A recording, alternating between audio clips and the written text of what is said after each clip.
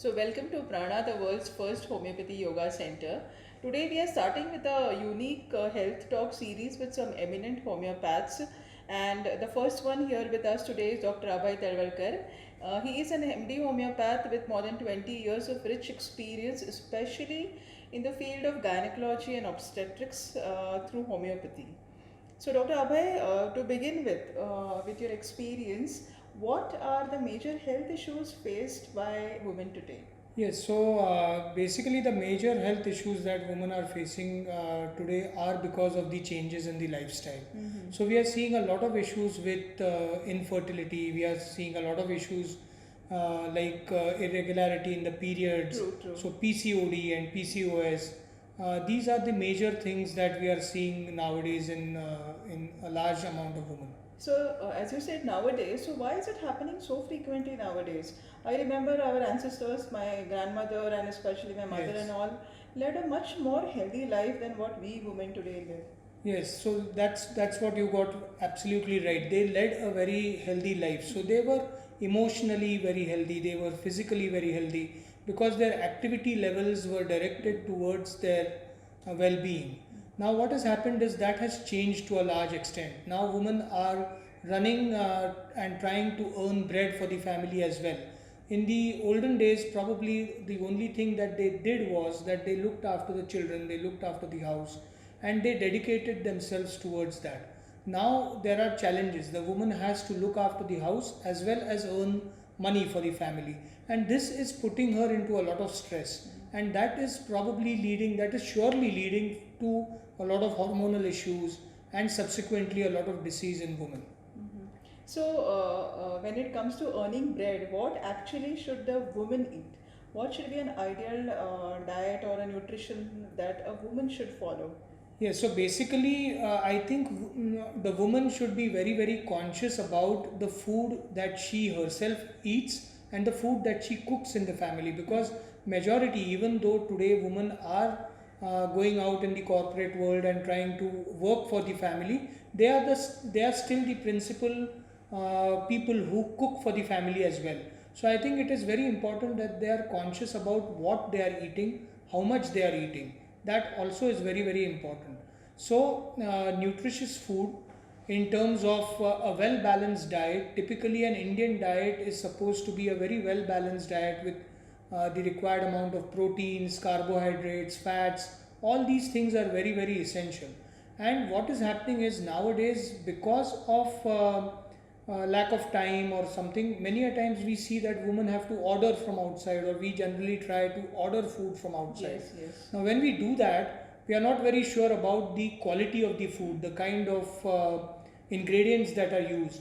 And if you go back and see, in our olden days, our mother or our grandmothers ensured that only proper and hygienically grown foods were used. They would be very, very selective about the vegetables that they would cook, and they would cook according to the season, etc. So there were certain things when certain kinds of foods were not cooked.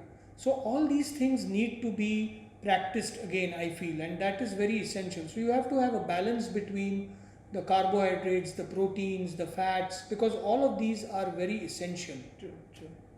And I have also noticed that women of previous generations did not complain as much as they complain today about menstrual problems, especially, whether it be pain, whether it be mood swings, whether it be anything else. Yes. But this is becoming more and more frequent now. Could you please throw more light on this? Yes, again, here I would say that the lifestyle that has changed, because it has brought about a lot of changes in their hormonal levels.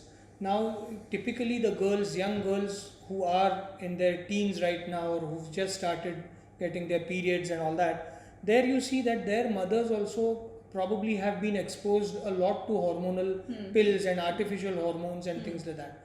And that is why even these girls are, under that influence, and they have been carrying that forward, and that's one of the reasons why they face so many menstrual issues and issues with conception and so many other things.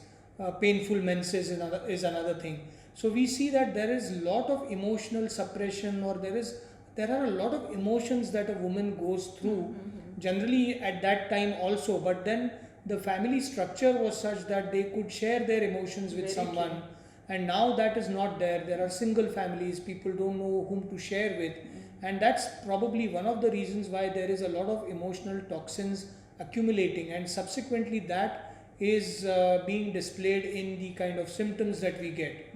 So that is one of the main reasons why I think, Correct, you know, correct. No, must be because I am absolutely, as a woman, identifying with what you're trying to say.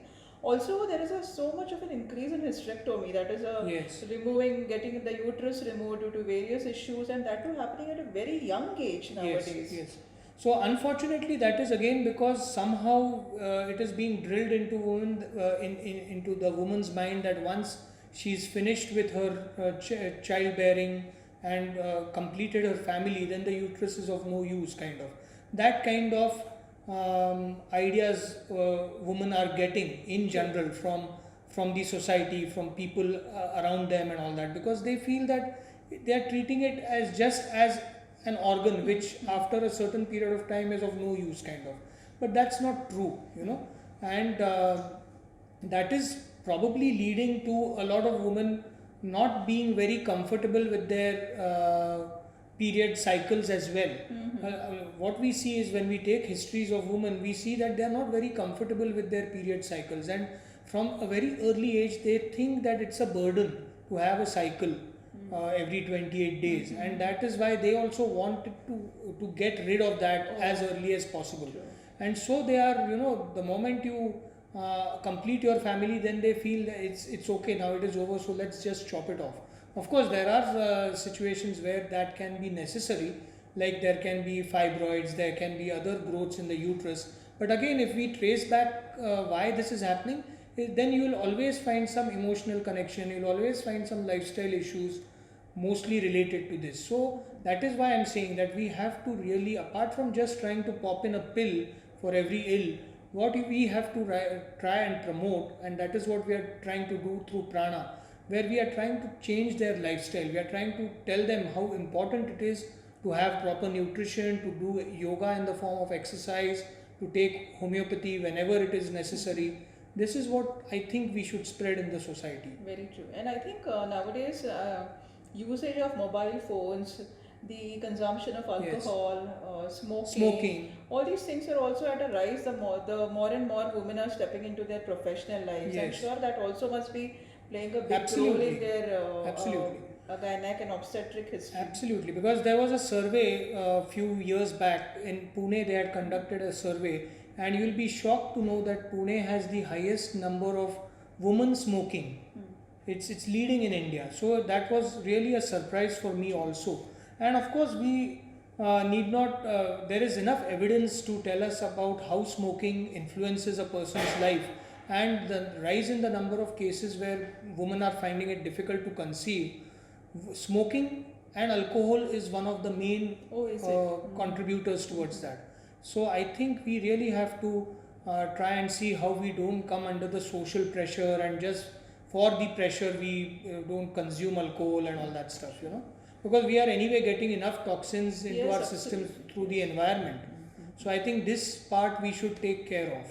Can you please, with the help of a few cases and examples which you have, seen in your practice, can you demonstrate how homeopathy can actually, and how these lifestyle changes have actually made in real life changes Yes. and brought to health in women's lives? Yes, so one case that comes readily to my mind is this couple who was struggling for trying to conceive, and both of them were above 40. The husband was a diabetic, so he was on anti-diabetic treatment. The woman was trying to conceive, and so they both were really struggling for 10 to 15 years. And then we advised them the lifestyle changes, because they needed a major modification in the kind of food that they were eating. They were hardly doing any exercise. Then they were deficient in vitamins and minerals, so we corrected that. And along with that, we gave them homeopathic treatment. And it was really a wonderful experience for me as well as for them, because at the age of 42 or 43, this woman not only conceived, but she continued throughout the pregnancy, and she delivered a healthy baby girl. So that was something which really, it struck me, and it was a phenomenal thing for the lady also, Very because true, I'm sure. after so many years of trying to struggle, she could deliver a normal baby. It was a wonderful experience. So there are many such experiences, but this comes to my mind immediately. And at Prana, what we are doing is we are trying to advocate that you just don't come here to just take homeopathy as well. We are trying to give you a holistic solution. We have experts in the field of nutrition, we have homeopathy, we have yoga, all this together, and that will really help you to go to the next level. I'm sure. So I think the takeaway from this session today is mainly about a holistic and a lifestyle approach to treating and to overcoming various diseases of women. So thank you, Dr. Abhay, Thank for you. being with us. And Dr. Abhay Talwalkar is available at Prana. Our numbers and all are all mentioned along with this video. And you're free to consult and take his opinion for any of your issues regarding gynec and obstetrics in your health. Thank you so much. Thank you.